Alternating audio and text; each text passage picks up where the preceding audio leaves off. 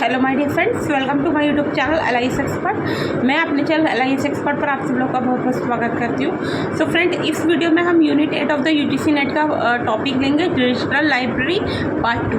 ठीक है, तो अब हम डिजिटल लाइब्रेरी में स्टैंडर्ड पढ़ते हैं। स्टैंडर्ड्स क्या होते हैं?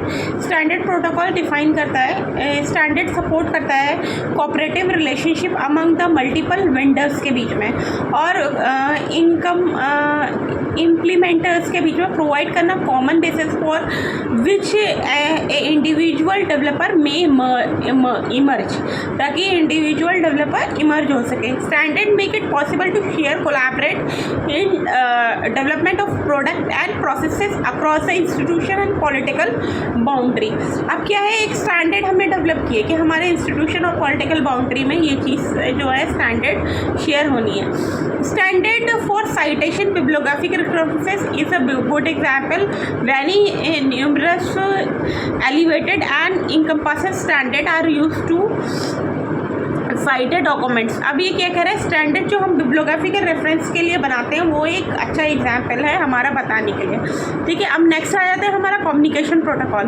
कम्युनिकेशन प्रोटोकॉल्स क्या है? Is a predefined sets of proponent and responsible which two computer follow while communicating with each other. एक ऐसा प्रोमोटेंट और रिस्पॉन्स जो दो कंप्यूटर फॉलो करते हैं जब वो कम्युनिकेट करते हैं एक दूसरे के साथ।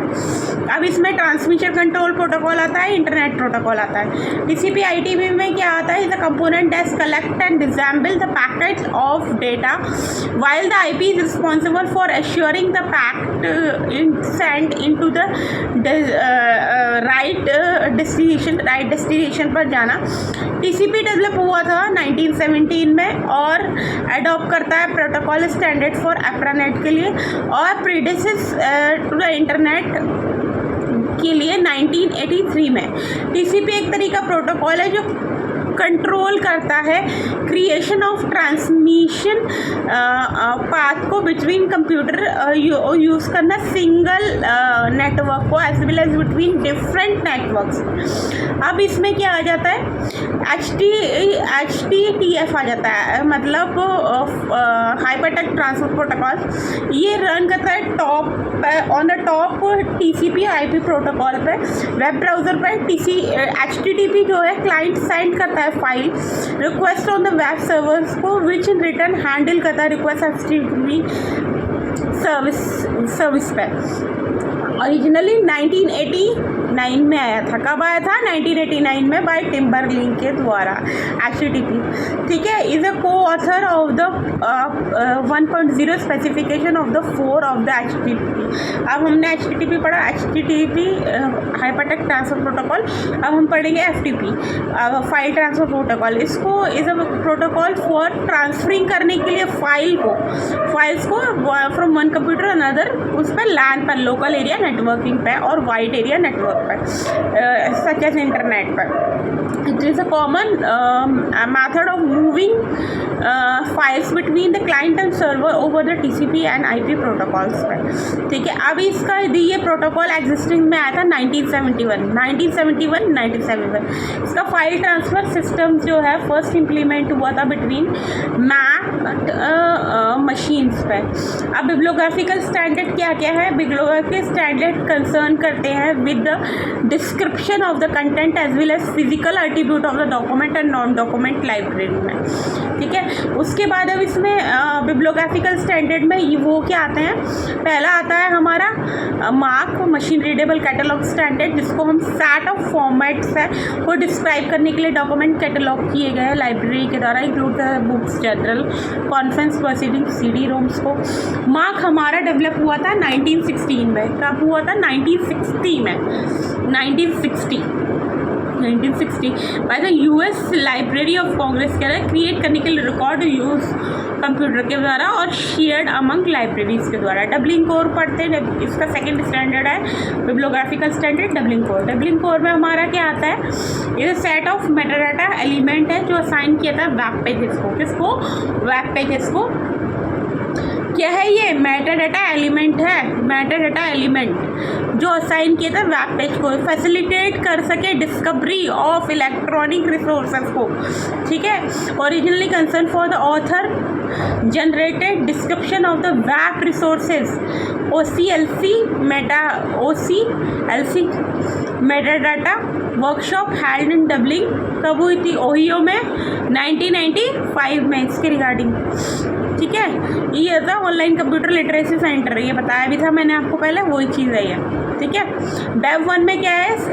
Simplified record structure for online transmission. इसमें क्या है? पहला, अभी थर्ड स्टैंडर्ड है वेब BIB 1 में हमारा क्या है? Text encoding initiatives. ये प्रोवाइड करता है एक स्कीम ऑफ इनकोडिंग टेक्स्ट को, ताकि parts of such as started and ending of line, pair and pages, chapters act कर सके, कैन बी मार्क कर सके, and thus such text can be process कर सके टू प्रोड्यूस करने के लिए एक्यूरेट इंडेक्सिंग फॉर सर्चिंग के लिए।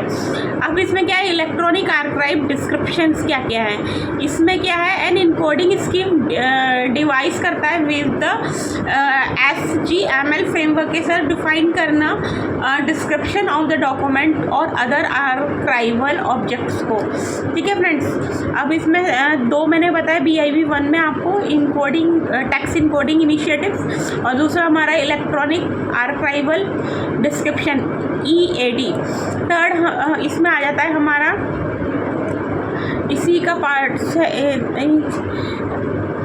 थी, इसी में आ जाता है हमारा जो थर्ड में है हमारा, ये पूरे 7 है, इसका पार्ट नहीं है, ये BAB अलग है और ये सारे सब कुछ अलग अलग है, ठीक है। तो अभी आपको मैं सातों पहले एक्सप्लेन कर देती हूँ, फिर आपको बताऊँगी। अभी हमने लास्ट पॉइंट फिनिश किया इलेक्ट्रॉनिक आर्काइव डिस्क्रिप्शन, इसके आगे वाले चलते हैं Meta data encoding transmission standard पर। जैसे task of encoding description and administration structure Meta data for the object, किसके लिए होता है? ऑब्जेक्ट के लिए। डिस्क्रिप्टिव एडमिनिस्ट्रेटिव और स्ट्रक्चर मेटा डाटा ऑब्जेक्ट के लिए, डिजिटल लाइब्रेरी फैसिलिटेट करने के लिए, management of such document in repository में और देयर एक्सचेंज बिटवीन रिपोजिटरी में, ठीक है। Meta data distribution object description schema, इसमें क्या है? ये डेवलप किया गया है डिस्क्रिप्टिव मेटा डाटा स्कीमा के लिए, ओरिजिनेटेड होता है टूवर्ड अ डिजिटल ऑब्जेक्ट के लिए, ड्राइंग करना मशीन रीडेबल फॉर्मेट और मशीन रीडेबल कैटलॉगिंग मार्क 2021 में, ठीक है। तो अब हम आ जाते हैं कि हमारे साथ क्या थे इसमें। यहाँ थोड़ी जो है मिस्टेक हुई थी, तो मैं आपको बताती। देखो, पहला हमने लिया था इसमें बिब्लियोग्राफिकल स्टैंडर्ड, उसमें हमारे 7 कैटेगराइजेशन थे। पहला था मशीन रीडेबल, जो मैंने अभी बताया। दूसरा हमारा डबलिंग कोर है। थर्ड हमारा है इसमें, थर्ड हमारा है BIB 1, ठीक है। फोर्थ हमारा है टेक्स्ट इनकोडिंग इनिशिएटिव। फिफ्थ हमारा है इलेक्ट्रॉनिक आर्काइवल डिस्क्रिप्शन। सिक्स्थ हमारा है Meta data encoding transmission standard. और 7 है Meta data object description schema. ये 7 है, ये हमारे बिब्लियोग्राफिकल स्टैंडर्ड्स हैं 7 जो मैंने आपको बताया, ठीक है फ्रेंड्स। तो अभी ये हो गया फिनिश टॉपिक्स। अब हम आते हैं हमारे नेक्स्ट टॉपिक, इसी का जो अभी इसके मतलब टाइप बिब्लियोग्राफिकल स्टैंडर्ड के 6 टाइप फिनिश हो गए। अब हम आते हैं हमारा बिब्लियोग्राफिक एक रिकॉर्ड क्या होता है, सॉरी रिकॉर्ड स्ट्रक्चर क्या होता है। रिकॉर्ड स्ट्रक्चर पर आते हैं। रिकॉर्ड स्ट्रक्चर डिफाइन करता है द फिजिकल और logical structure of the record which hold करता है डेटा को, ठीक है। इसमें एक टाइप इन्होंने बताया है ISO 2709, ISO 2709, ISO 2709, ISO 2709, जिसको अगर हम ऑल्टरनेटिव नेम ले तो हम इसको कहेंगे Z39.2, Z39.2, Z39.2। अब इसको डिफाइन करते हैं as a flexible structure for individual record, ठीक है, originating for tab storage and is expansion is well suited to handle the MARC record. किसको? मार्क के रिकॉर्ड को, मशीन रीडेबल कैटलॉग के रिकॉर्ड को ये मेंटेन करता है।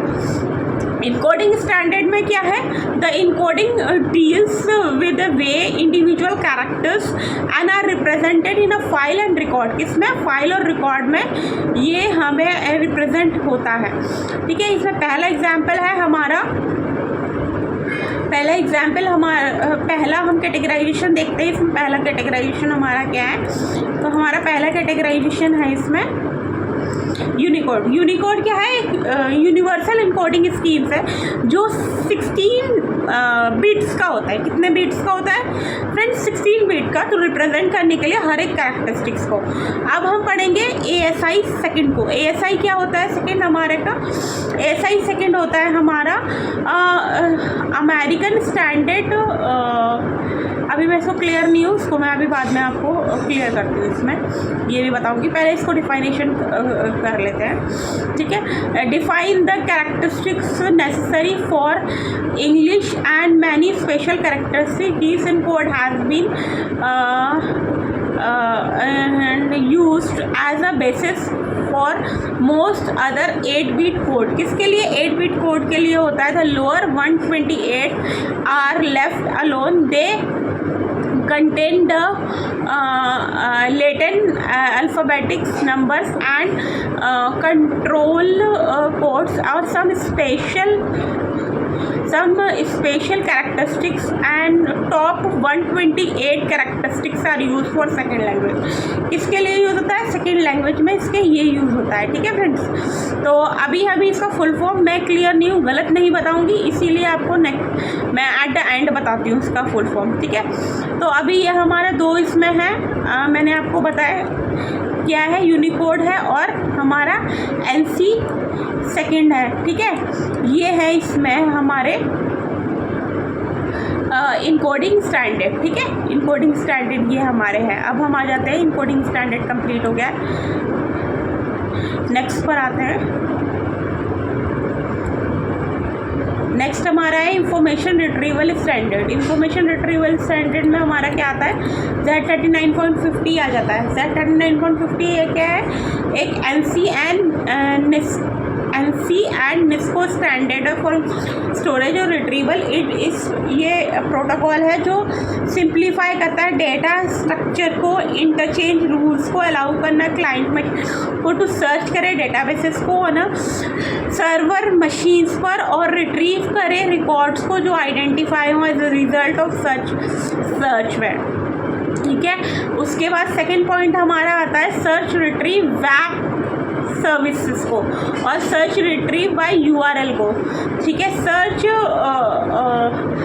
SRW और SRU जो है वेब सर्वर बेस्ड प्रोटोकॉल है फॉर क्वेरिंग करने के लिए इंटरनेट इंडेक्सेस को और डेटाबेसेस को रिट्रीव करना, सर्च को। वेब सर्विसेज एसेंशियल रिक्वेस्ट है फॉर इंफॉर्मेशन फ्रॉम क्लाइंट से लेकर सर्वर को।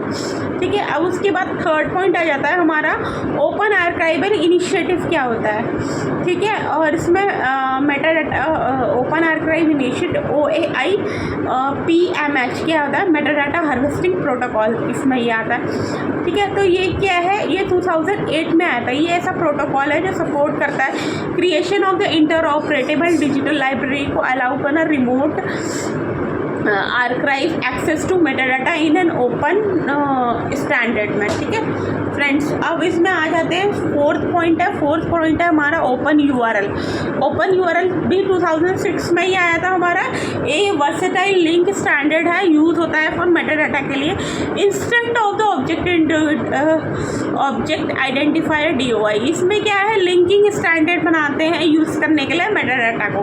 ठीक है फ्रेंड्स, तो इसमें URL का यूज़ होता है। ठीक है, for generating dynamics link by passing meta data about the resource to a resolver program. मैंने आपको वही बताया, वही चीज़ लिंकिंग स्टैंडर्ड यूज़ होते हैं इसमें। ठीक है फ्रेंड्स, तो नेक्स्ट पॉइंट पे आते हैं हमारा format and media in digital library क्या होता है। A defined arrangement for described set of data that allow the computer and software to interpret the data is called a file pointer. अब देखो इसमें क्या कह रहा है, ये कह रहा है कि एक डिफाइन अरेंजमेंट हम बनाते हैं डिस्क्राइब्ड सेट्स ऑफ डेटा का, सेट्स बना लिए हमने और इसी तरह से प्रोसेस को अरेंज कर लिया और कंप्यूटर सॉफ्टवेयर को अलाउ करे कि वो इंटरप्रेट करे उस डाटा को फाइल फॉर्मेट बना के, ठीक है। तो अब इसका ये हो गया। अब इसमें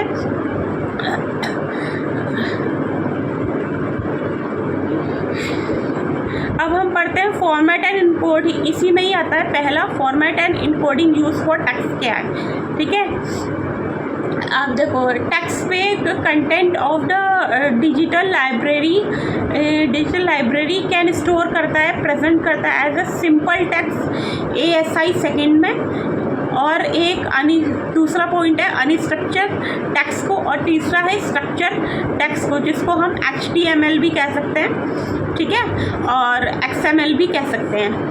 तो पहले तो अनस्ट्रक्चर्ड और स्ट्रक्चर्ड हो गए, एक इसमें सिंपल सिंपल टेक्स्ट या जिसको हम ASI सेकेंड भी कह सकते हैं। इसका फुल फॉर्म मैं आपको एंड में ज़रूर बताऊँगी, ठीक है फ्रेंड्स, क्लियर करूँगी मैं आपको एट द एंड। तो अभी हम आ जाते हैं पॉइंट 2 पे। हमारा इसी में ही पॉइंट 2 में फॉर्मेट में क्या है, हमारा जो ये फॉर्मेट है, फॉर्मेट और मीडिया टाइप्स डिजिटल लाइब्रेरी है, इसमें सेकंड पॉइंट हमारा है structure text format. Structure text format attempt to capture the essence of the computer by marking up the text so that the original form could be recreated and even produce other form such as ASI, ठीक है। अब ये क्या करें structure, उसमें भी ये यही चेक करेगा, ये सेकंड पॉइंट हो गया इसका। अब पेज डिस्क्रिप्शन लैंग्वेज में क्या है, एडोब पोस्टस्क्रिप्ट्स होती हैं, और portable document format similar to images होता है, but the format page display करता है यूज़र को art text based rather than image based पे। अब इसमें भी, अब ये टॉपिक में हमारा जो है, इसमें मैंने आपको 3 बताए, स्ट्रक्चर, अनस्ट्रक्चर और सिंपल टेक्स्ट, या आप इसको ASC सेकेंड भी बोल सकते हैं। जैसे हमने यहाँ पे पढ़ा, इसमें क्या पढ़ा था, format and media types in format and encoding use for text में हमने पढ़ा था। अब हम इसी के एक सब टाइप्स और है, उसमें आ जाता है पेज इमेज फॉर्मेट में। डिजिटली स्कैन इमेजेस में स्टोर होती है फाइल में, बाइट मैप पैकेज इमेज में, irrespective of the fact that scan page contain करते हैं फोटोग्राफ्स को, लाइन ड्राइंग टेक्स्ट को। A bitmap pages images can be created होती है in domain of the different format depending upon the scan and its software. अब ये क्या कह रहा है, देखो पहले हमारा वो था, उसमें हमारा अलग चीज़ थी, वहाँ हमारी इनकोडिंग फॉर्मेट और इनकोडिंग यूज़ होती थी टेक्स्ट के लिए, लेकिन यहाँ पे क्या है, page format, page imagination format है। तो अब उसमें क्या है, हमारा लाइन, फोटोग्राफ्स, ड्राइंग वगैरह सब कुछ उसमें इन्वॉल्व होगा, टेक्स्ट भी इन्वॉल्व होगा, ड्राइंग्स भी आएंगी, लाइन ड्राइंग भी, फोटोग्राफ्स भी आएंगे, वो सारी चीज़ इसमें आएंगी। तो यही चीज़ बता रहा है। अब हमारा ये हो गया हमारा इसमें। अब हम आ जाते हैं प्रिजर्वेशन क्या होती है, प्रिजर्वेशन स्टैंडर्ड क्या है। Digital library metadata is some standard of the data that describe attribute of the digital resources essential for long life accessibility। अब देखो, जब हम प्रिजर्वेशन कर रहे हैं तो हम प्रिजर्वेशन में ये भी देख रहे हैं कि हमें उसके लॉन्ग टर्म एक्सेसिबिलिटी को भी ध्यान में रखना है। इसीलिए तो प्रिजर्वेशन कर रहे हैं, क्योंकि जो मैनुअल डॉक्यूमेंट्स होते हैं वो धूप की वजह से, बारिश की वजह से, या फिर किसी चीज़ की वजह से ख़राब हो जाए, तो हम उसको प्रिजर्व करते हैं कि डॉक्यूमेंट की एक्सेसिबिलिटी लॉन्ग टर्म में रहे, ठीक है। तो preservation metadata provides a structured way to describe and record the information needed to manage the preservation of digital resources।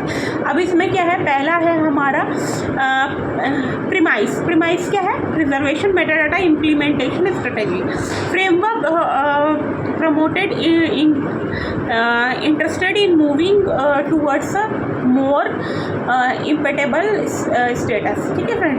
अब इसमें आ जाता है दूसरा पॉइंट है हमारा ओपन आर्काइव्स इनिशिएटिव। इसमें हमारा चाहे OAIS रेफरेंस मॉडल रहता है, डेवलप किया जाता है कॉन्सिक्यूटिव कमिटी के द्वारा फॉर स्पेसिफिक डेटा सिस्टम्स के लिए as a conceptual framework for describing करने के लिए इन्वायरमेंट को फंक्शनल कंपोनेंट को इंफॉर्मेशन ऑब्जेक्ट एसोसिएट करती हैं with a system response for a long term preservation of digital materials के लिए। ठीक है फ्रेंड, तो अब ये क्या है, इस तरीके के इन्वायरमेंटल फंक्शंस मैंने आपको बताया ना, इसमें वही हो गया, कॉन्जिक्यूटिव कमेटी रहती है फॉर स्पेस डाटा। इसमें हमारा CCSDS है, consecutive committee for space data, special data systems के लिए। इसमें कॉन्सेप्चुअल फ्रेमवर्क वो किसके लिए बनाती है, इन्वायरमेंट के लिए, फंक्शनल कंपोनेंट के लिए और इंफॉर्मेशन ऑब्जेक्ट्स के लिए।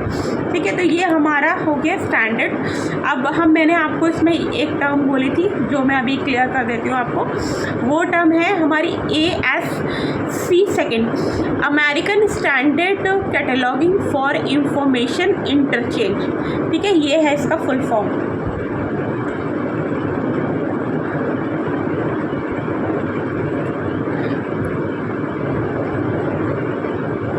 American standard code for information interchange. ठीक है, मैंने वो बीच वाला एक C वाला टर्म गलत बताया था आपको, तो अब वो करेक्ट हो गया। अब मैं लास्ट टाइम एकदम एक्यूरेसी के साथ बता रही हूँ, American standard code for information interchange. ठीक है फ्रेंड्स, तो ये 3 टाइम्स मैंने बता दिया, बिल्कुल क्लियर कर दी ये टर्म आपको। ठीक है, तो अब हमने क्या क्या पढ़ा इसमें, हमने पहला टॉपिक पढ़ा है इसमें standard of the digital libraries, उसके ही बहुत सारे एस्पेक्ट्स हमने यहाँ पर पढ़े, हर एस्पेक्ट को जाना है। ठीक है, और इंट्रोडक्शन क्या है, अब हम स्टैंडर्ड तो हमारे फिनिश हो गए, मैंने सारे एस्पेक्ट्स आपको बता दिए स्टैंडर्ड के। अब हम आते हैं, ज़्यादा टाइम हम नहीं लेंगे, हम आते हैं नेक्स्ट टॉपिक पे। ये हमारा है आर्किटेक्चर, डिजिटल लाइब्रेरी आर्किटेक्चर क्या क्या है। तो इंट्रोडक्शन स्टार्ट करते हैं हम। इंट्रोडक्शन में क्या है, डिजिटल आर्काइव आर्किटेक्चर में इंट्रोडक्शन ये है कि इंटरनेट एंड वेब टेक्नोलॉजी जो प्रिंसिपल मैकेनिज्म है डिप्लॉय करने का इन डिजिटल लाइब्रेरी को सर्च करने के लिए, नेविगेट करने के लिए और डिलीवर करने के लिए इलेक्ट्रॉनिक सोर्सेज को अक्रॉस द ग्लोब में। The digital content in digital library can be available on a single location and distributed across the network. अब ये क्या कह रहा है, ये कह रहा है कि डिजिटल कंटेंट आपको डिजिटल लाइब्रेरी के फॉर्म में कहीं भी से भी अवेलेबल है, एनीवेयर एट एनी टाइम 24/7। ठीक है, तो लेकिन ये पॉसिबल कैसे है, नेटवर्क के थ्रू पॉसिबल है।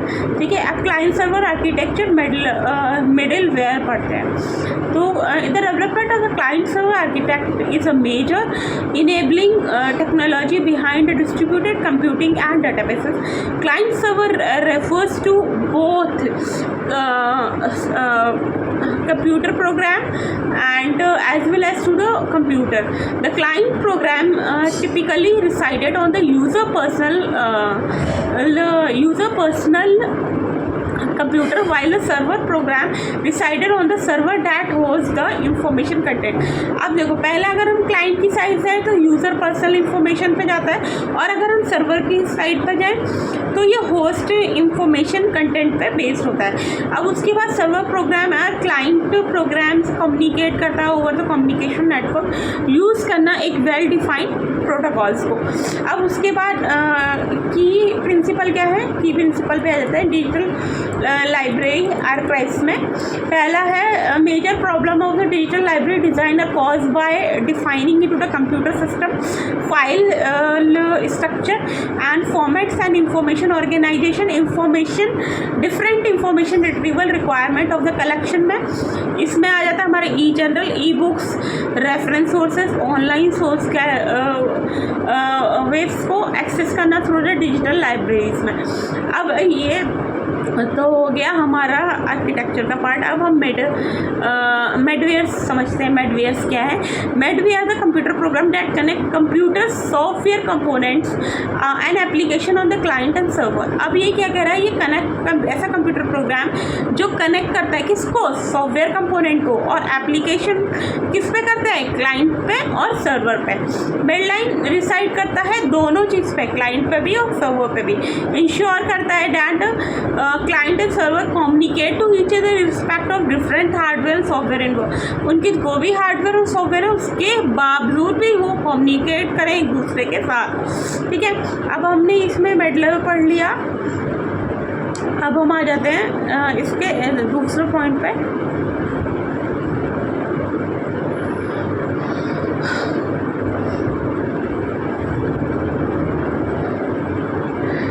While the web have emerged as a preference media of the information delivery access,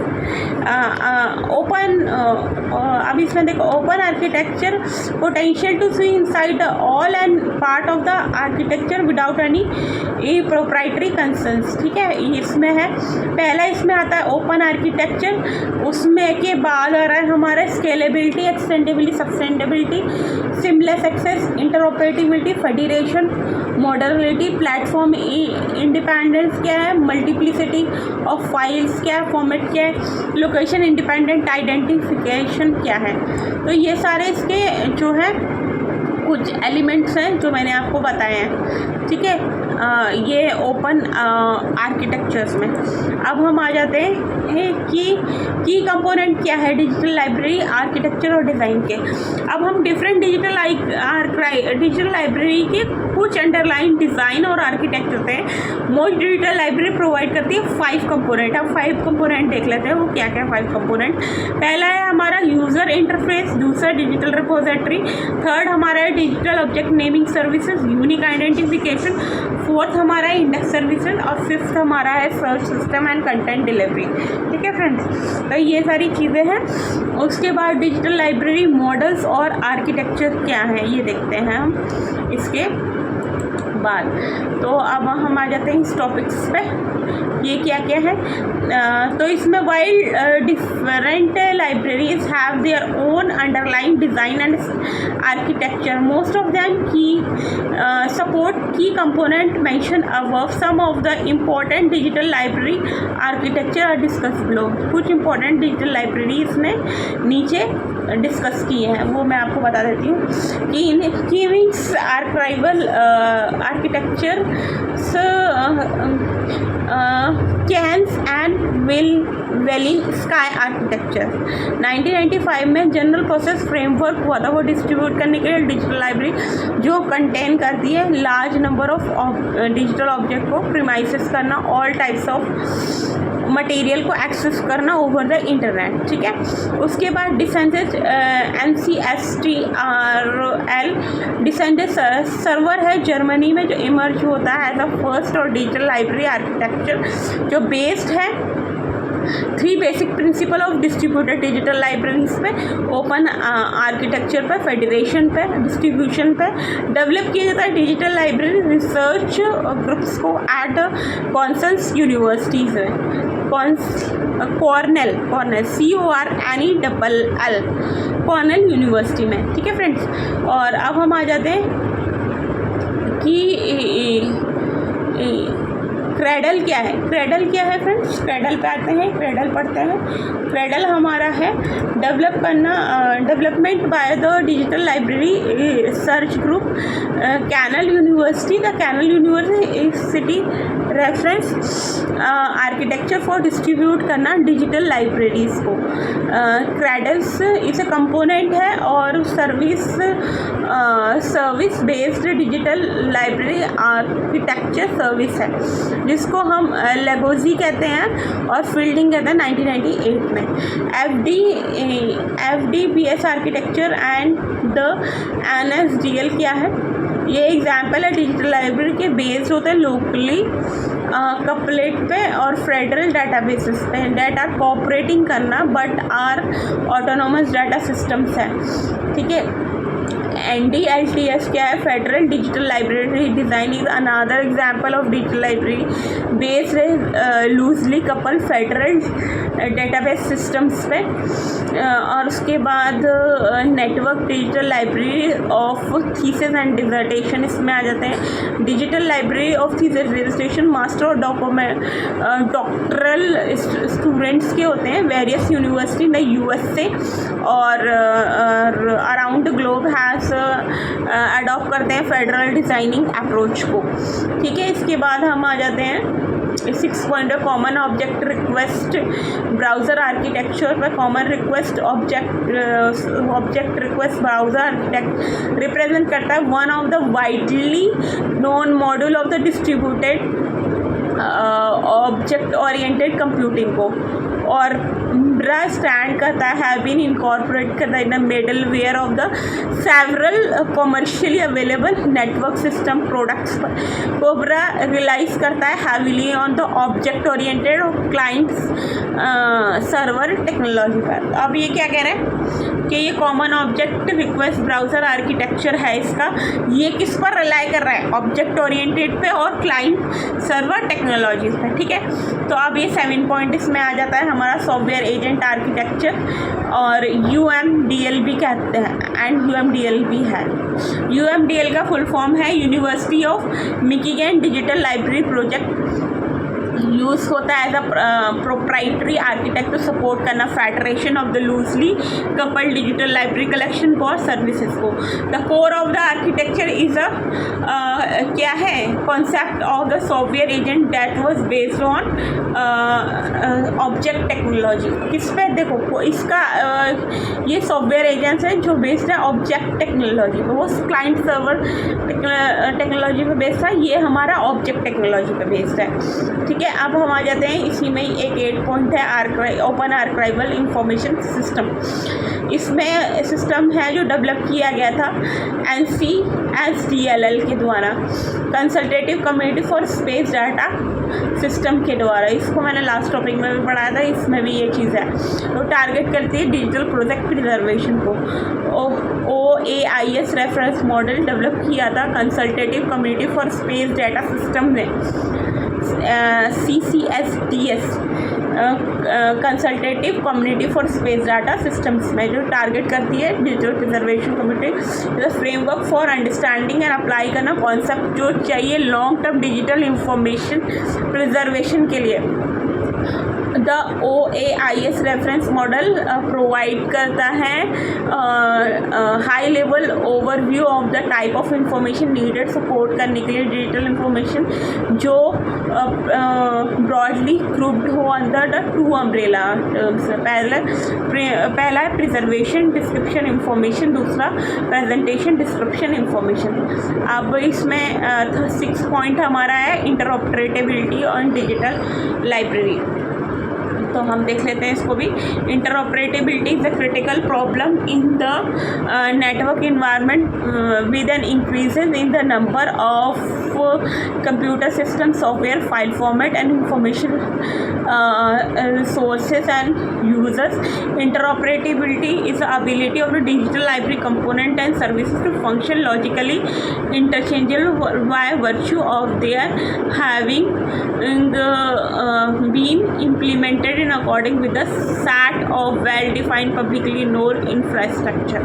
ठीक है, the ultimate goal of the interoperability is create and develop component of the digital library independently, yet be able to call on one another efficiently and conveniently। अब ये क्या कह रहा था, देखो interoperability एक तरीके क्रिटिकल प्रॉब्लम है जो नेटवर्क इन्वायरमेंट में आती है with increases number of diverse computer systems के साथ और सॉफ्टवेयर एप्लीकेशंस के साथ। तो अब इंटरऑपरेटेबिलिटी की क्या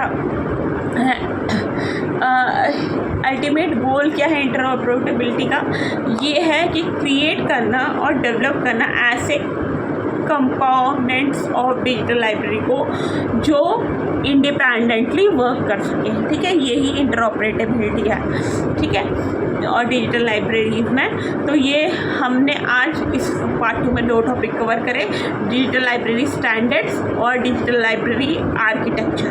ठीक है, तो फ्रेंड्स होप सो आपको मेरा ये वीडियो पसंद आया हो। अगर मेरा वीडियो पसंद आया प्लीज़ मेरे चैनल को लाइक करना ना भूलें, बेल आइकन पर क्लिक करना ना भूलें और सब्सक्राइब करना तो बिल्कुल भी ना भूलें। Thank you so much friends and have a good day.